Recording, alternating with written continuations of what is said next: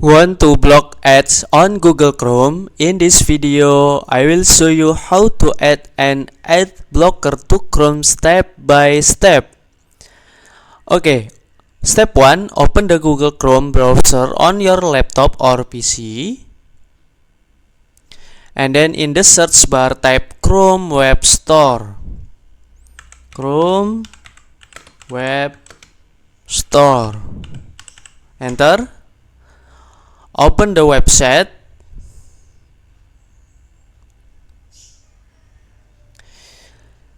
In the search box, type ad blocker. Ad blocker.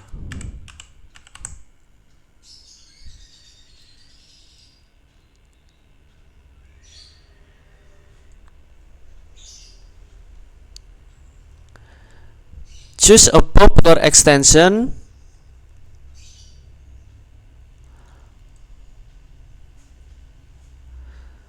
Click the extension you want. Click Add to Chrome.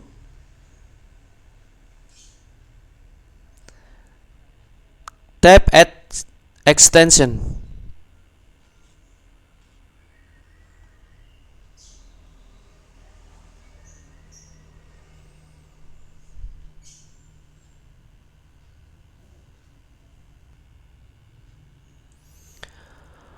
Okay, finish. Tap Yes, block cookies banner. And then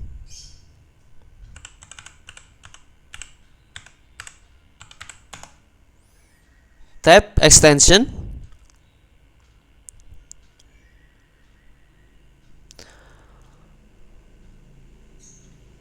Okay, thank you guys.